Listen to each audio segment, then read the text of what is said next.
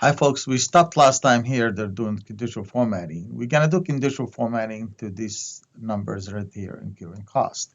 So the way conditional formatting is gonna work, it's actually by applying certain rules.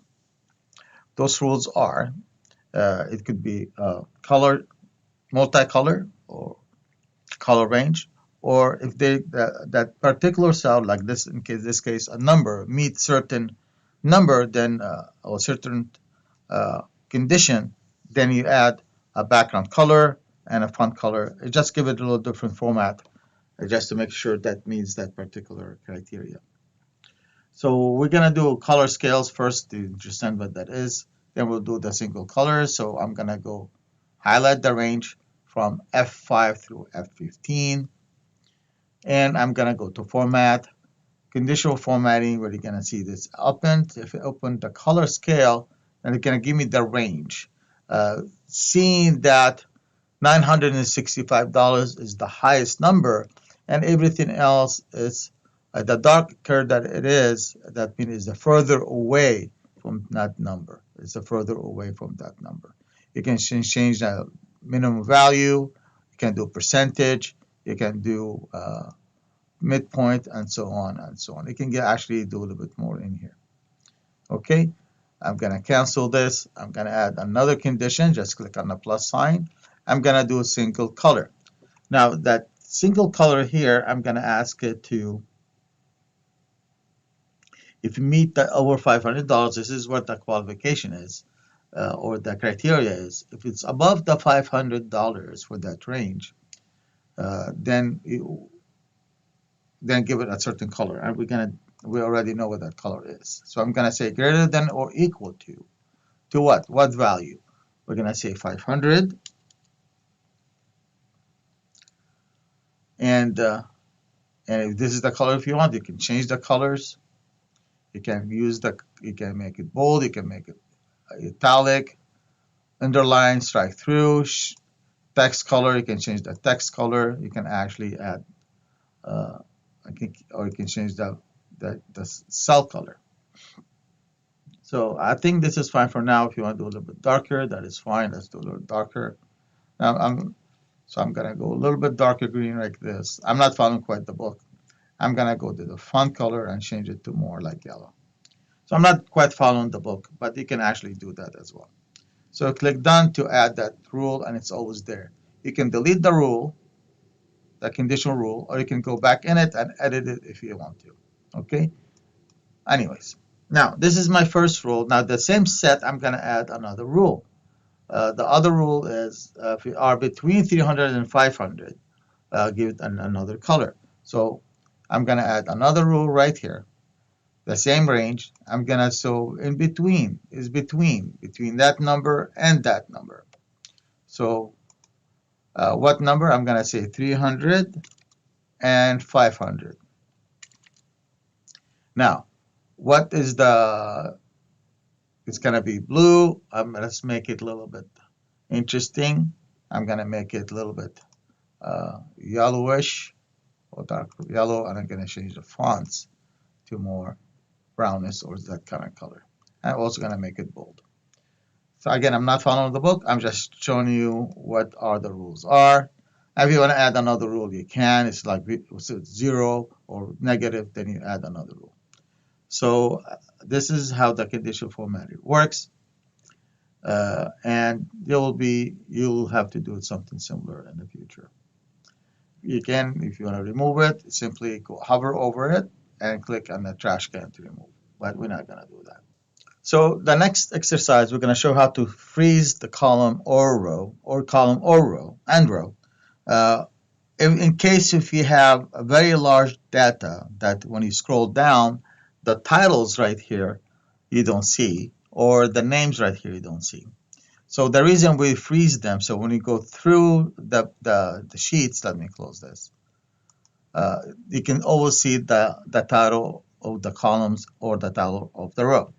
So I'm going to show you first how to, uh, now we can actually freeze the columns and the rows same time, but since we have this cells are merged, we cannot actually do this. but we can try it and if you like.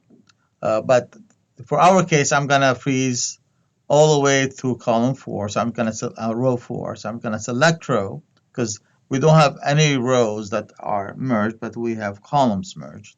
So that should work. I'm gonna go to view, go hover over freeze, and you can see I have up to 4 row. Then that should work. So when I scroll down and up, that row does not change. To unfreeze it, go and freeze again, freeze, no rows. Okay, so you don't have that anymore. So this is how actually you do this. Just play around with it and have fun, and no worries if you made a mistake. That you should be good. All right, so the next thing I'm going to be working with, the last thing I'm going to be working with is actually inserting images. Similarly, what we did with sorry. Similarly, what we did with Google Docs, allow us to upload image, select image from a website or from the searching tool. So, but we have image in our tools that we're going to insert it and resize it and play with it. And we can also replace it if we have to. But we always have to have alternative text to that image in case for visual impaired people cannot see the image, but they can read about it. So to insert an image, I'm going to go insert image in the cell or over the cell. Don't do it in the cell. We'll be really constrained to that cell size. So I'm going to do insert image over the cell. I can do from the webcam. If the webcam, you can see me right now. Or you can do a link. You can do a photo. You can go to Google Drive or Google Images. And if you logged in, you should be able to do this. But I'm going to say upload a photo. Then click Browse. Search for the data files you have. Go to Google Sheet. They should have 2 images. I'm going to select this image right here. Then click Open. Then I can resize it. I can position it. I can do whatever I want with it. Not whatever, but as much as we can. So I'm going to go ahead. You can delete the image all from here. Assign a script, reset the size, alternate text, and we're going to do alternate text right now. I'm going to say right here, a queen size bed clip art, queen, oops, size bed clip art. Okay, and hit click anywhere to accept. Again, in the book, a pop-up will show up, but here is the new one. As I said, it's keeps changing all the time. You might some different browser may this appear or may not. That's fine. And you can change the title, but this one does not have a title. Advanced option. Let me see. Image. This is just a title. You can actually do bed image. Again, things have changed since then. Then click X to exit out of it to make sure it's there. You can click right here, alternate text, and it will appear. So we did correct. We did a good job. Gonna resize it and post it on the side. So we're gonna go to those are resize handlers. You can see this on the side. You can grab it and put it on the side right here to fit that area. Okay. Then again, it doesn't have to be perfect. You're actually doing that on your own. Now I'm gonna insert an image. I'm gonna insert an image from searching Google Images. So I'm gonna go insert image over the cell, and I'm gonna select Google Images and type large sofa.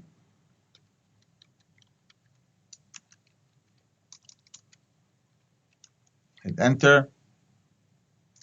You can select the sofa you like and just insert it right below. I'm gonna look for this one here. Insert it. I'm gonna put it right below right here. and resize it to fit better, just like that. Okay. And also I'm going to do alternative text. I'm sorry. I'm going to say sofa image, and I'm going to say here a picture of sofa. Again, for visual impaired people can know what kind of images that is. Okay, for sofa. Okay, exit out of that. Okay, resizing the image. We did that earlier, so let's do that. They wanted me to resize it, go over to certain area. The same thing right here, just like that. Because this has a different transparent background, you can actually add it in a better area, just like this. Okay. Okay. Hope this will be good enough for today, and we'll come back to do session 3 in 2 days.